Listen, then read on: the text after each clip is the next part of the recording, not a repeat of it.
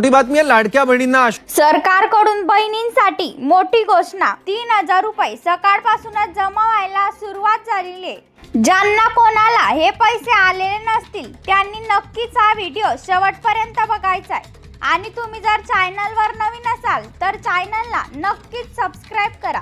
चला तर महत्त्वाची अपडेट बघूया।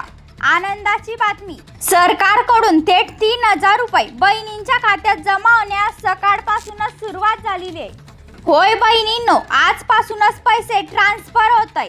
हे पैसे तुमच्या देखील खात्यात आले का लगेच चेक करा।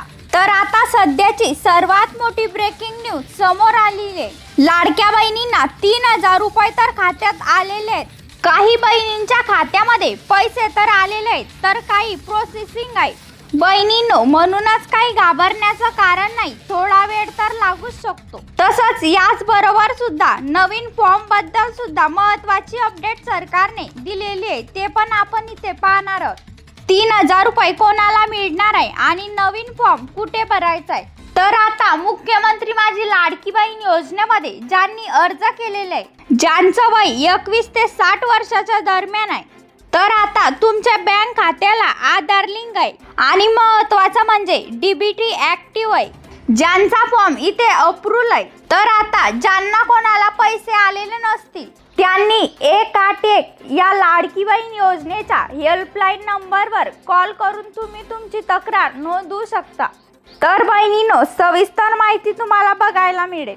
बघा बहिणींनो, कोणाला पैसे मिळणार नाहीत ज्यांचे अर्ज नाकारलेले आहेत, ज्या बहिणींचे फॉर्म रिजेक्ट झालेले आहे त्यांच्यासाठी 31 मार्च पर्यंतची केवायसी साठी मुदत आहे।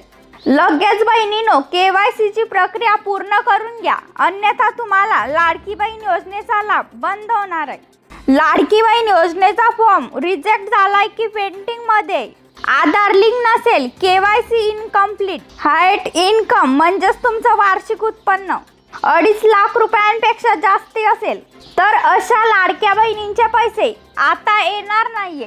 तर आता 3,000 रुपये सुद्धा बहिणींच्या बँक खात्यावरती जमा होत आहेत। गुढीपाडव्याच्या निमित्ताने या जिल्ह्यांमध्ये देखील वाटप सुरू होते। तर यामध्ये जे काही जिल्हे आहेत त्याची यादी आपण आता पाहणार आहोत। यामध्ये मुंबई उपनगर, ठाणे, पालघर, रायगड, पुणे, सोलापूर, सातारा, सांगली।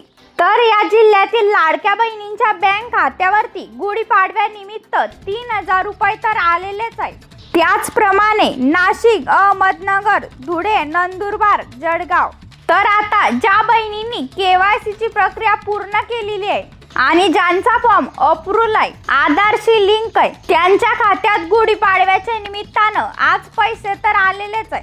तर बहिणींनो, सर्वसाधारणपणे केवायसी साठी 7 दिवस लागू शकतात केवायसी अपडेट करण्याकरिता। आता बहिणींनो, नवीन फॉर्म, तर बहिणींनो तुम्ही लाडकी बहीण योजनेच्या ऑफिशियल वेबसाईट वरून किंवा CSC केंद्रामध्ये जाऊन सुद्धा लाडकी बहीण योजनेचा फॉर्म भरू शकता।